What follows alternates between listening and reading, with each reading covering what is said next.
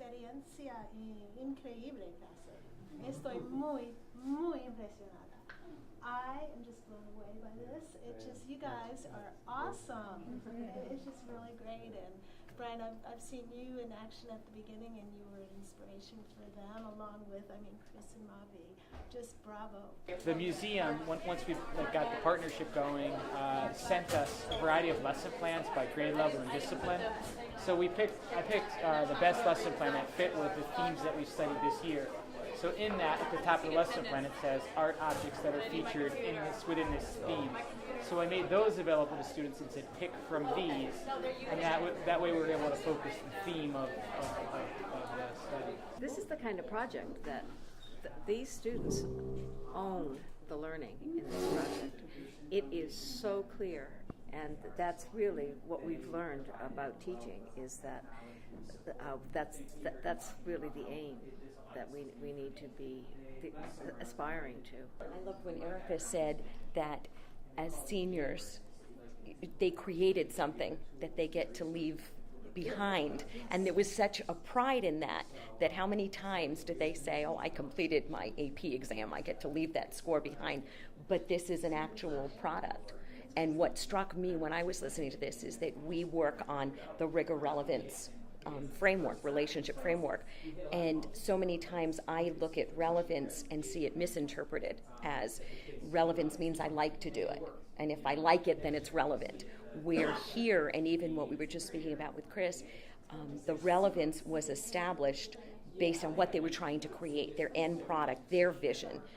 That gave them the need to learn how to edit an iMovie or learn what skills were they missing. And no one had to stand there and say, you better go find the expert in blank. They knew they needed to move beyond. And those are the skills we throw around that 21st century learning until I just want to, and when are we going to stop using that term? But you actually see it here, and I prefer the word authentic. It's authentic learning. It's something that they created. You're not going to find this lesson in a textbook. It's not going to be on a worksheet. It grew with them.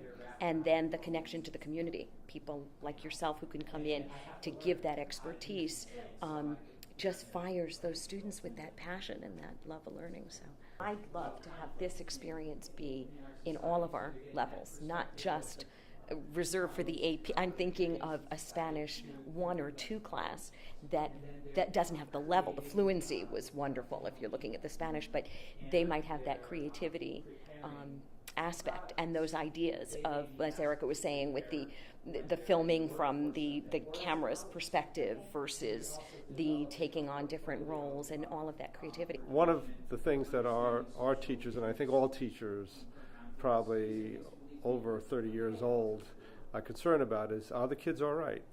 These are the digital kids. They spend an enormous amount of time texting, on social networks, blogging, et cetera, okay? And there's a real concern that, are they all right? Are they going to be okay? Because this is definitely not traditional learning instruction mode, okay? So I think what this confirms is that, for one thing, it was the very short time frame that the kids were given to do this project. So in essence, they couldn't have experienced a lot of training, okay?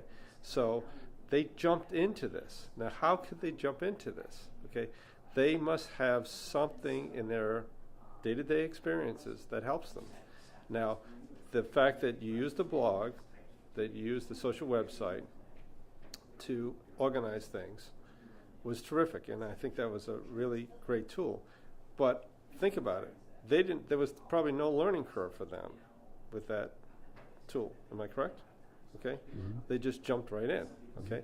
You help them organize it so they get a conceptual notion of what, in the production phase, they're going to need from the social website. But they did the construction. Okay?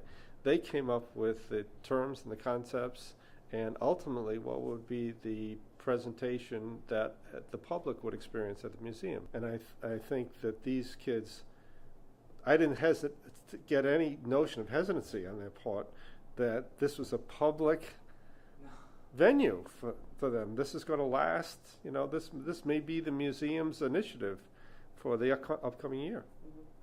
And I didn't see any shyness or any reticence to the notion. And I don't know about the Spanish because I'm not a Spanish speaker. But do you think that in fact it helped their Spanish? Absolutely. They were using vocabulary and they were listening to native speakers describe artwork and gaining vocabulary from that and speaking with them and interacting. And so that negotiating of language is how you raise a student's level of proficiency, especially with a native speaker. I'm not a native Spanish speaker, so after the 6th year of Spanish, there's only so much I can offer to a student. I have to get them in authentic environments where they're using their Spanish. What made this really special is that they weren't only using their Spanish, but they were learning about digital media and how to create with it. They were learning about social issues through the art, conflict in society, and art interpretation. These are all things that they're going to need to know as citizens when they go out into the world. And I should be aware of this when I'm in an urban setting, and that there's a conflict there that we don't have here in our communities of Easton and Reading. And so that's what made the project really special for me. And most certainly the fact that they were using Spanish in those other areas of study is just great.